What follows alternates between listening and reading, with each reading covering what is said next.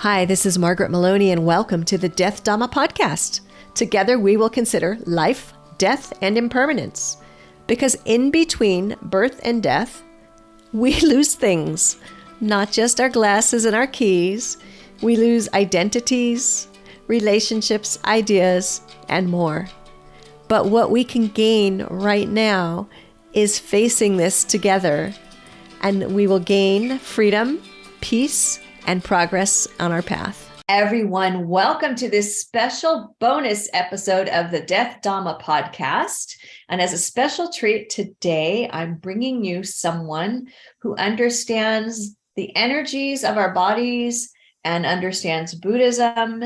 And her name is Michaela Daystar. And I'm going to hand it to her because she can do such a better job of explaining to you the talents that she has and the beautiful work that she does. So welcome, Michaela, and thank you so much for being with us today. Yeah, thank you so much, Margaret. Well, I am a Reiki teacher and practitioner, and I really love to work with people who are very committed to their contribution to the world and who understand that that contribution is best made from the inside out. And so I support people in really coming to understand themselves more intimately through the practice of Reiki, and in particular teaching that practice through the perspective of its Japanese origins, which include a Shingon Buddhist foundation. And that work has really grown out of a previous career working with students and nonprofits, helping them to develop their social justice capacities and leadership capacities, and really observing the ways in which people come to that kind of work out of this deep, heartful desire to change the world, but also out of a lot of pain and trauma and brokenness. The ways that they have been hurt by the world fuels that passion. And in a higher ed context, in a nonprofit context, I didn't have a lot of space to address those internal experiences that people were bringing into the work. And so after about 12 years of that work, I opened my business, Heartscapes, and have been really working with folks on that more intimate level ever since. Okay. And I believe that there is a Heartscapes website. And would you share that with us? Because I think people are probably going to want to go look this up. Yeah, it's heartscapesinsight, all one word, .com. Mm-hmm. Beautiful. Thank you. Now, I'm going to paraphrase something. And this is your opportunity to say yes, kind of, or no, or whatever you want. But I'm feeling like what you're telling us is that you are helping people who can go and make a contribution into the world, which you could almost argue if we all got to a certain point of development, we could all be making contributions to the world. Yeah. And so that you would be helping us get through some of our trauma so that we can clearly make that contribution. Is it fair for me to say that? Yeah, that's definitely a large aspect of it. And whether or not people identify with carrying trauma, there are, deeply embedded habitual responses and behaviors that are rooted in our fear and our fight or flight responses and our past experiences that limit us and that cause us to feel smaller than we are, that cause us to feel that we're not enough to do what we want to do, or cause us to react to things in ways that are really more rooted in fear than in our passion and what we're really meant to do. And so it's really about clearing all of that out of the way so that you can be your full self in whatever that contribution looks like. That's beautiful. And I'm going to ask you to give us an even more in-depth description of Reiki, just so that we're all on the same page. It could be that everyone listening is like, Margaret, we know, but I don't know that. So Yeah. Well, so Reiki is generally understood in the West as an energy-based healing system that comes from Japan. And again, in the West is really primarily focused on a hands-on healing practice. However, that's not really what it is from its origins. From its origins, it is a distillation. It is a simplification of Shingon Buddhism and Shinto practice. It is a pathway to understand ourselves from the inside out, to remember our wholeness, and to ultimately be on an enlightenment path. But really from the perspective of, just right now in this day, in this moment, can I walk through my life unattached to fear and anger? Can I be rooted in gratitude and in compassion and be true to myself? It is a collection of 5 different elements that each have a variety of practices associated with them, all of them really working together to bring us to those same outcomes. One of those elements is hands-on work, so using touch to work with the body. There's a strong emphasis on bringing the body, mind, and the energy or the breath together, which is known in Japan as Sanmitsu, the 3 mysteries of our body, our mind, and our breath. So aligning those, integrating all of those important aspects of ourselves. And so the different elements of Reiki will touch on those different things, and hands-on healing works explicitly with the body and explicitly with the the healing experience of touch and of connecting with ourselves or another person through touch. And so that's the piece that most people associate with the system of Reiki as a hands-on healing practice. Yes. However, That's what I've seen. I'm sorry, I didn't mean to interrupt, but I'm like, when you're saying this, like, because once upon a time, I did have someone perform some Reiki on me, and it was great. And I think that now I understand, like, I'll say no of the piece you just mentioned, the hands-on. Yeah. Yeah, and it's a beautiful piece, right? I love working with people in that way. I love receiving Reiki in that way, but it's just one piece of this deeper well, this deeper pool. And so I really love just sharing that with folks, helping people understand the bigger picture and the bigger intention here. I would say that from its origins, the concept of healing is really about coming to understand ourselves, that healing is remembering our wholeness and our true self. And that, in the container of a Reiki session, that can look like our body relaxing pain. It can look like our body, increasing its capacity to deal with physical, emotional, mental distress that we're in. And we can interpret that as healing, right? This process healed me. I would say that's one of the outcomes of the system, but it's not the particular purpose. So when you talk to me and you were teaching me that you teach Reiki from the perspective of, the Japanese esoteric Buddhist roots, then I think that that's what you're explaining now. Is that fair to say? Yeah, for sure. Yeah. And so part of that mind, body, breath, is that part of the roots? That was one of the aspects. I think you said there were 5. Yeah, so there's 5 elements, and then there's kind of framing concepts. So the Sanmitsu, body, mind, breath, is like a framing concept. The 3 diamonds, which comes from Shinto, which is the 3 energy centers of our body that we work with, that's a framing concept. The 5 elements are firstly precepts, which are very much aligned with the Buddhist Eightfold Path. Okay. A collection of 5 precepts, which are essentially a secularization of the Eightfold Path. For historical reasons that we could get into later if you're interested. Then breath work and meditation, then the hands-on healing, symbols and mantras, and then spiritual blessing, or reiju in Japanese. And yeah, those are the 5 elements, and then each of those elements has various practices associated. Thank you. I appreciate you sharing that. And then, so I'm curious about something. So when you work with someone, like if I were to come to you and ask you for Reiki healing, would you teach me all of that? Or would it just be something I received because you did it and because you know the elements? Yeah. Yeah. Generally speaking, if somebody books a Reiki session, what they're desiring and stepping into is a hands-on healing session. And so in most cases, unless there seems to be a reason based on what the person shares to go into teaching some of these other elements, we're primarily working with the Tenohira, the palm healing, the hands-on healing practice. So the way that I integrate this other perspective and kind of try to provide to them a framework, a concept that is aligned with these origins, is very simple and largely is around assuring them that any healing that they experience is coming from them. That their body, their mind, their heart, their spirit knows exactly what they need, has the tools and capacity to enact whatever change is needed, or whatever stillness is needed.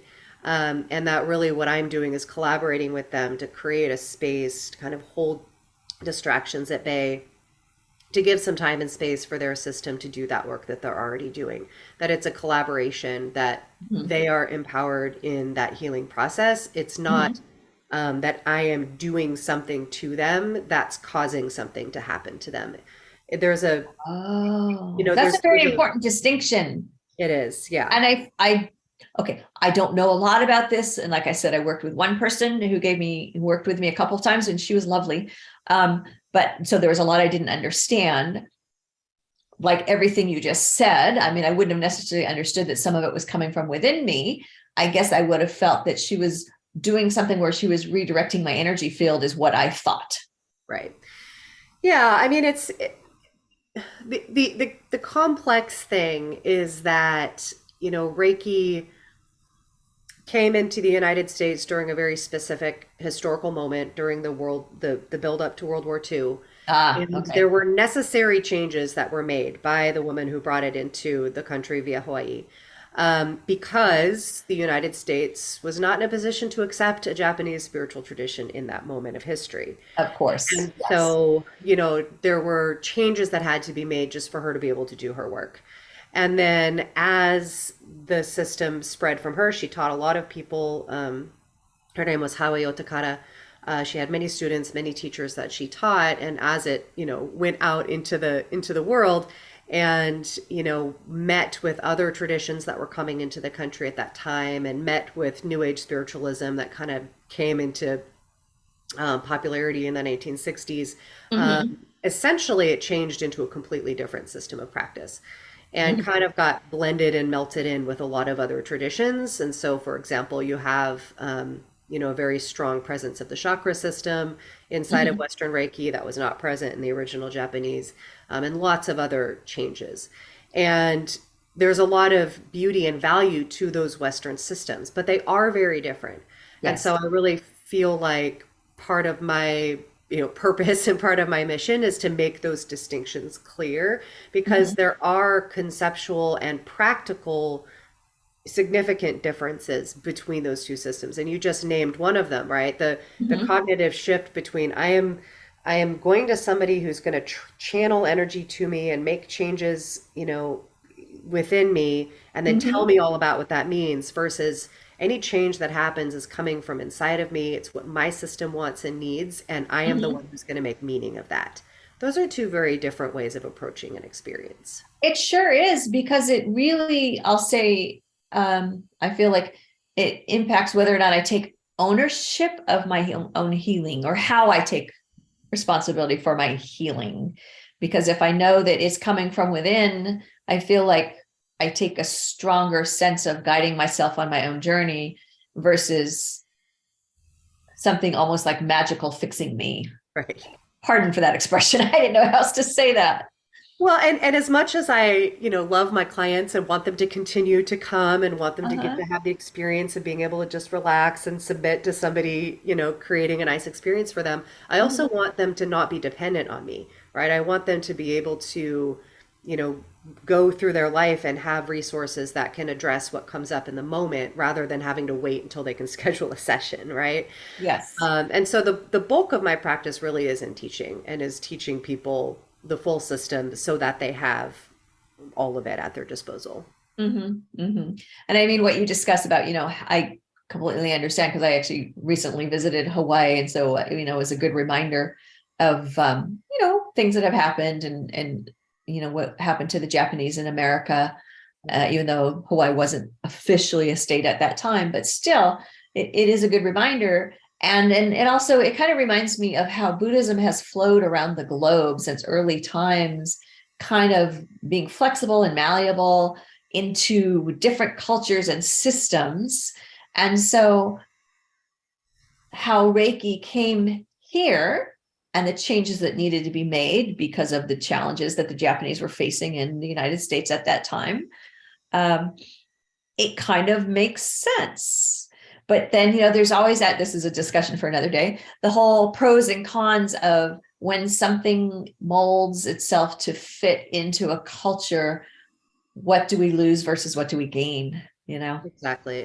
And it's been the strategy of colonized people and oppressed people forever to cloak their culture, right? To disguise it, Yes. to hide it so that it can be retained, right? But at a certain point when that threat is no longer present, what responsibility do we have, particularly, the colonizer complected among us, to stand up for reclaiming those origins and to make space for them. And so that's, particularly as a white woman practicing this art, I really feel like it's my responsibility to do that as well as I can, which will never be perfect because I'm not Japanese. Sure. But you are working to educate us and say, like, look, this is what it really is. This is where it came from. You're not saying that, like you as a white woman in the United States made it up, or that we made it up in the United States. So you are giving it its, proper context and his history. And that, I think, right there is important. Yeah. Because, the whole cultural appropriation thing is a very difficult thing to navigate. I think sometimes we do it and we don't even know we're doing it. So you are not doing it. So that's lovely. Yeah. Right? Now, in Buddhism, there's impermanence. That's no surprise to anyone. I'm just segueing into a question because season 2, we talked a lot about impermanence. And so I'm just curious, like, if you were to work on me or anyone, but we'll just make it me because I'm talking to you, right? Is that work subject to impermanence? And like, how does the flow of impermanence show up in your work? Yeah, absolutely. Yeah, I mean, I think that it shows up in the sense that, again, what we're doing is stepping into the moment, right? Stepping into this particular moment, being open to what is needed in this particular moment, trusting our own system, everybody who's involved in that session to take up whatever is needed, and understanding that change is constant and that in the next moment, something different might be needed, something different might be released and no longer needed. So, while I don't explicitly speak to clients of impermanence, like it's an understanding that's there. Right. That, this isn't about fixing all your problems and then they're fixed, because that's not how life works. That's for sure. Right. And so Yes. if we're trying to hold out, a perspective that, we're going to be able to heal ourselves, period, forever, we're setting ourselves up for disappointment and suffering, right? Rather than that, let's pay attention to this particular moment. What is needed right now? Can we be fully attentive to what's going on right now and trust that what we need is available, and respond accordingly? Not attached to what happened yesterday, not attached to what's going to happen in the next moment, but really right now in this moment, what am I called to? That makes sense. It's like I should come to you with trust and understanding, to not have my heart and head set on this is what's going to happen today.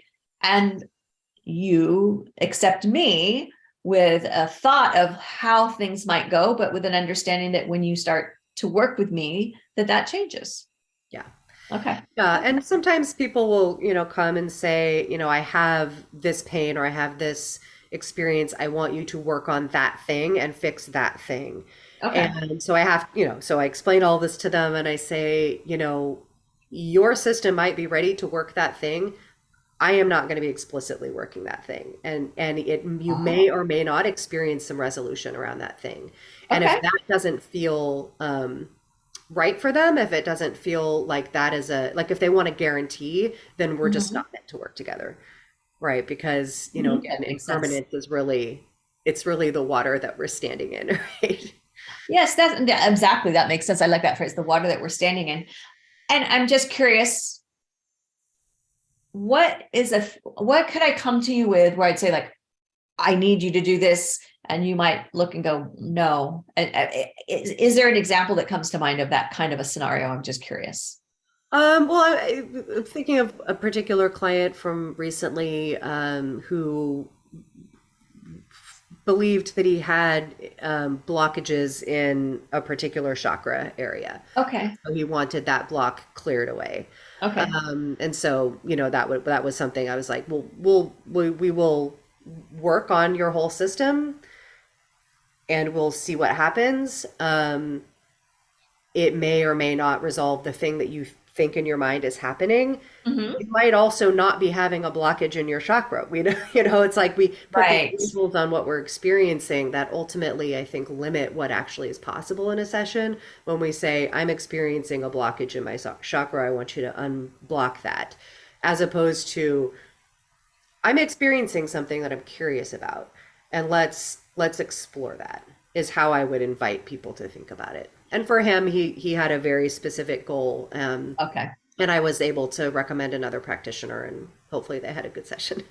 And that's perfect. And, it kind of reminds me of when, like, let's say we have symptoms and we go online and we use our favorite search engine to find out. And then we go to our doctor and we say, oh, I am positive that I have leprosy.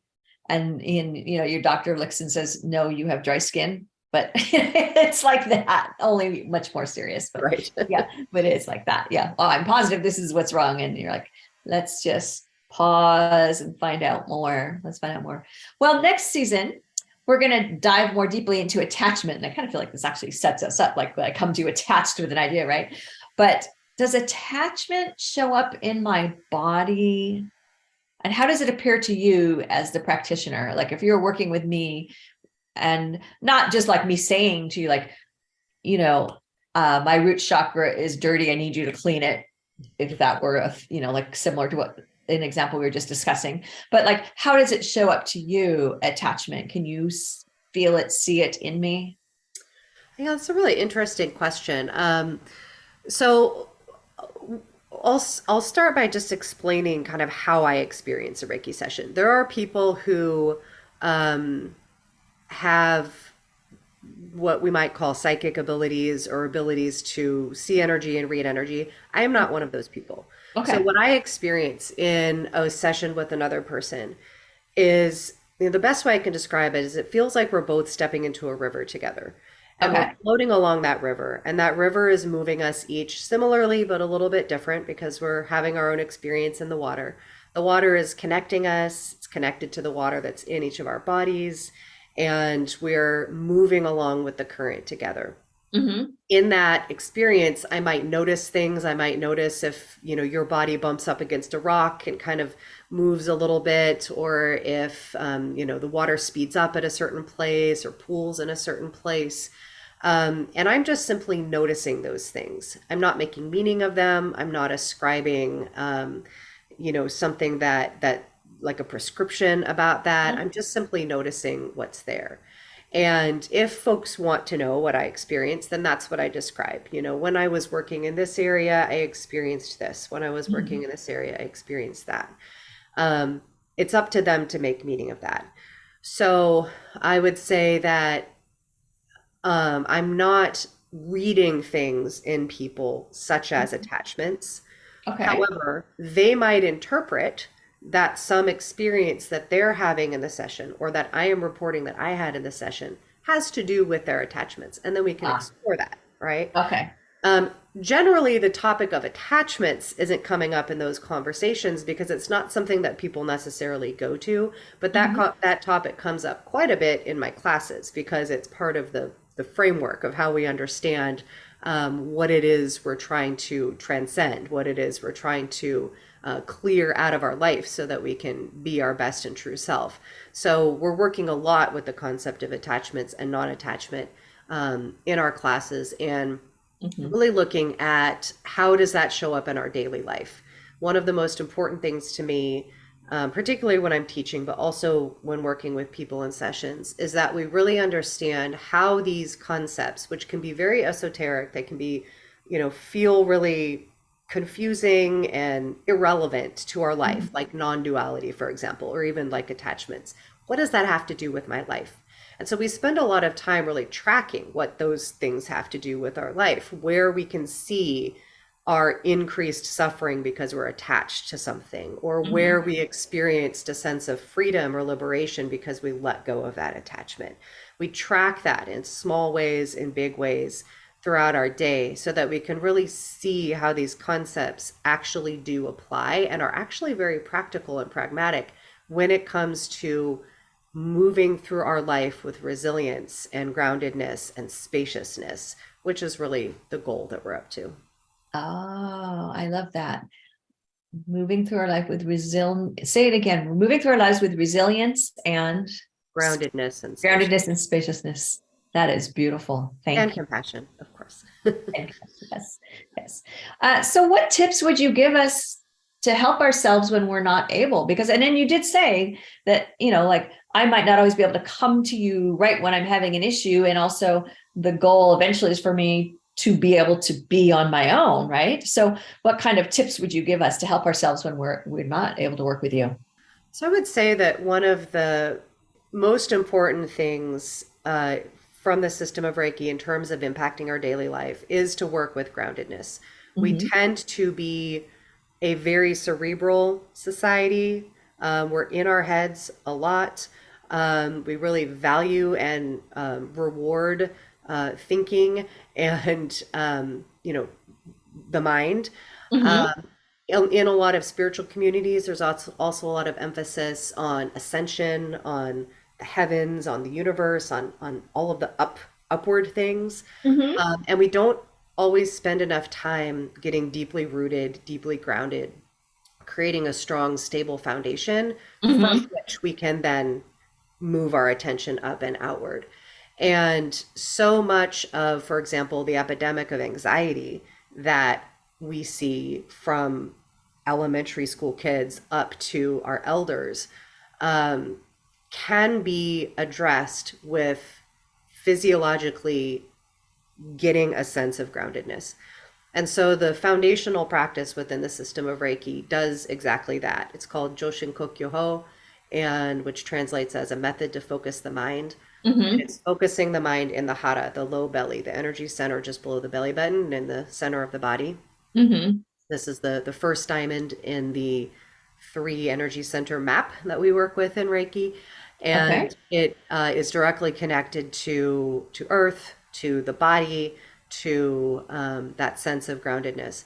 And so even if one doesn't know the full practice of Joshin Kokyoho, mm-hmm. just the practice of bringing our attention down to that place, and it can be helpful to follow the sensation of the breath down mm-hmm. into the belly, maybe putting a hand on the belly, just focusing our attention at that point, just below the belly button, deep into the center of the body for 5 breaths, 10 breaths, 15 minutes, an hour, whatever we've got, makes an incredible physiological difference when we are feeling anxious, when we're feeling afraid, when we're feeling spaced out, when we're feeling confused, all of these conditions of being ungrounded. So that would be a very simple tool that anybody can apply at any time. That's beautiful. Thank you. And, I saw something recently, I'm going to paraphrase because I don't remember the whole thing, but it was basically the thought was sometimes we spend too much time looking upward and out, like we're looking up and out for something into the heavens, whatever that term means to someone, to save us, when what we need to be doing is to be looking within.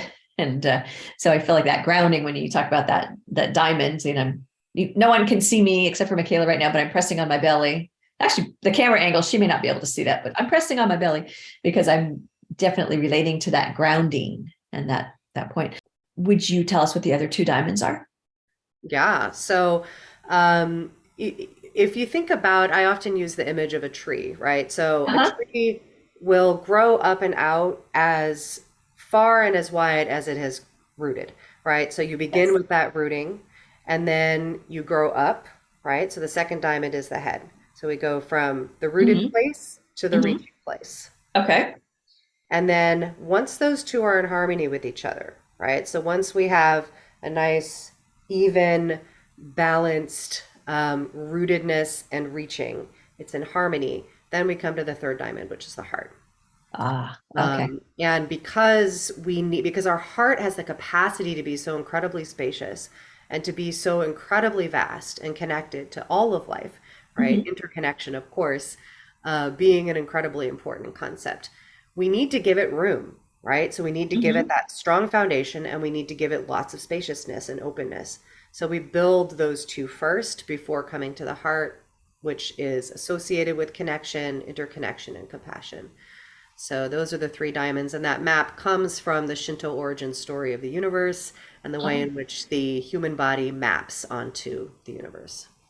Beautiful. Thank you. And is there a particular Buddhist teaching or meditation or mantra or even a chant that you either recommend or that you find personally useful? So that there could be two answers to this, right? There could be like, I recommend this and I use this other thing, or. Yeah, there's several that we use. And I teach a quarterly 21-day practice usually with a mantra of some sort. But the one that has the most importance to me personally, both because of its direct association with Reiki and because of just how it operates in my life, is the Furomyo mantra.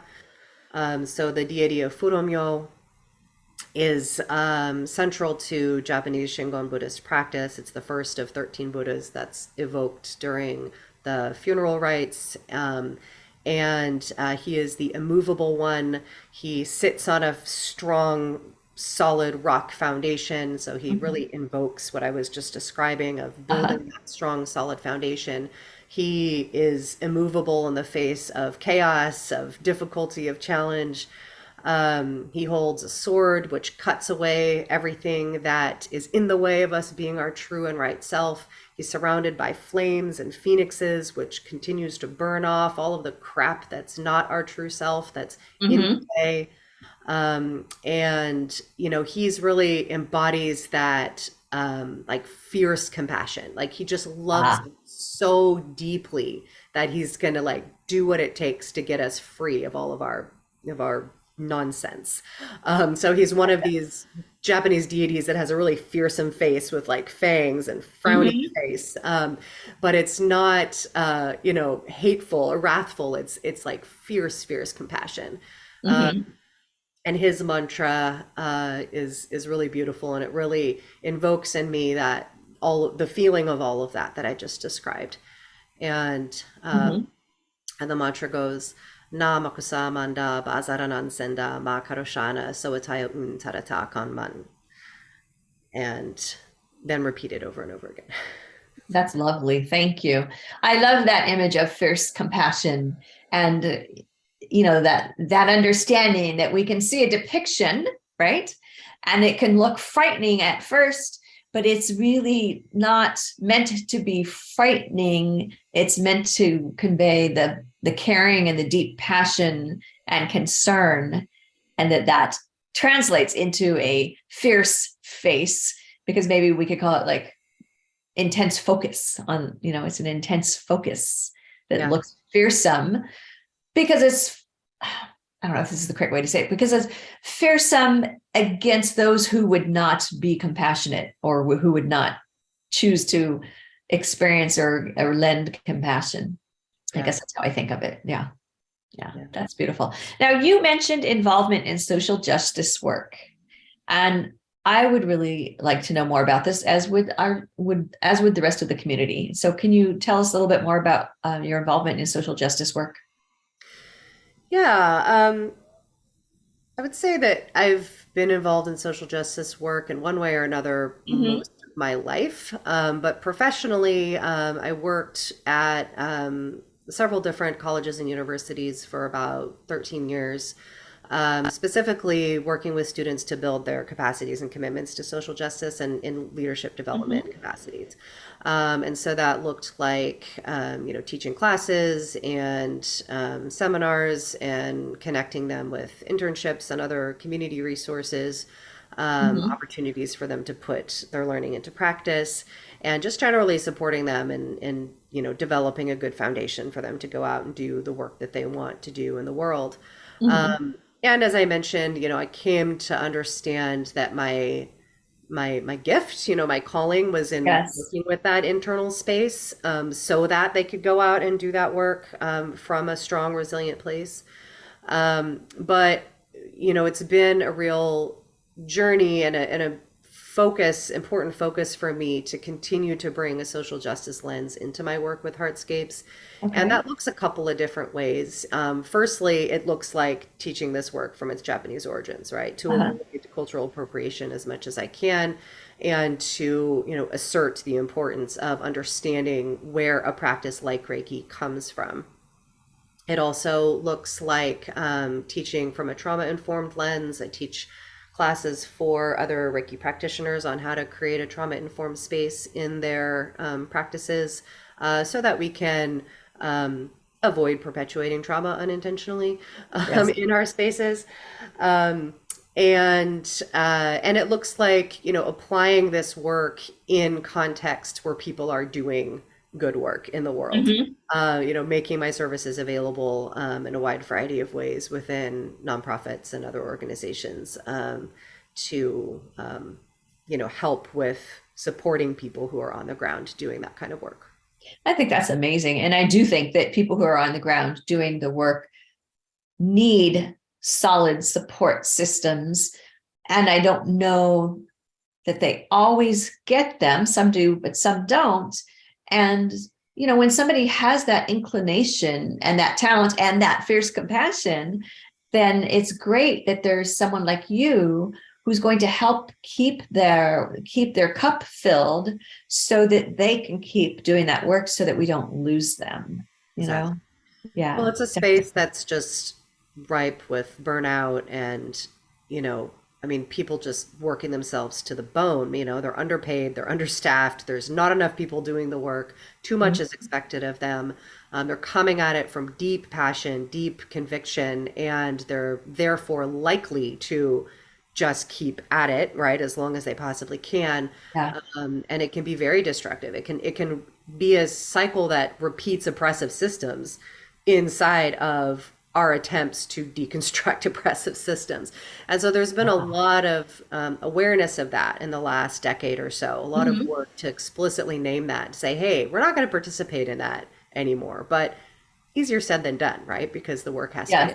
So that's a good point, because in wanting to provide help to these different causes, I think a challenge is that so many of our nonprofits or NGOs in other countries are understaffed, and the people are underpaid, and then they're working long hours. So you're right, we might be accidentally creating the conditions that we're trying to remedy. Yeah, by creating those ecosystems within the organizations. I can see that. Unfortunately, I can see that. Sometimes I say, when I'm working with people, sometimes I'll say, here's the good news and the bad news. The good news is there are so many areas in the world where people need help that you have lots of causes to pick from. And then also the bad news is there's so many people that need help. yeah. And so, I feel like everyone can find a cause. Everyone can find a cause. You might rescue dogs. You might help feed the unhoused. You might help rebuild communities. You do construction. There's an opportunity for all of us to pitch in. Yeah, definitely. Well, I am so appreciative of spending time with you, and I want to be, respectful of your time, because I don't want to make you one of those, understaffed. I don't want to create that ecosystem wearing you out with my I love having these conversations.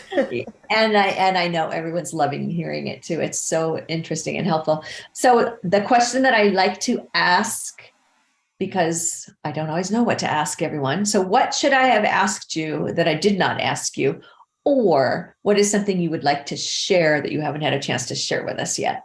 I would like to share that I'm trying to find the words for the feeling that's in my mind, right? Because it's like when we have the opportunity to talk to a broad amount of people, right? There's that essence that we want to convey, and it doesn't always come into words. But I think what I want to convey is that there are simple, accessible, and elegant ways for us to live our lives in a way that is so much more grounded and happy and spacious and whole and well than we often experience.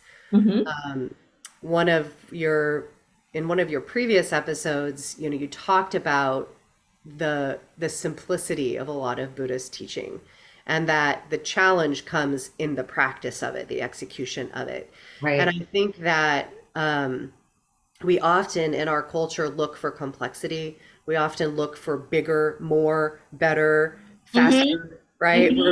And so I think we have a skepticism of simplicity in our culture. I know I had that when I first started studying Western Reiki. I studied more and more complex versions of kind of New Age Western Reiki, and it got more and more tangled, and I just moved more and more away from how I wanted to feel.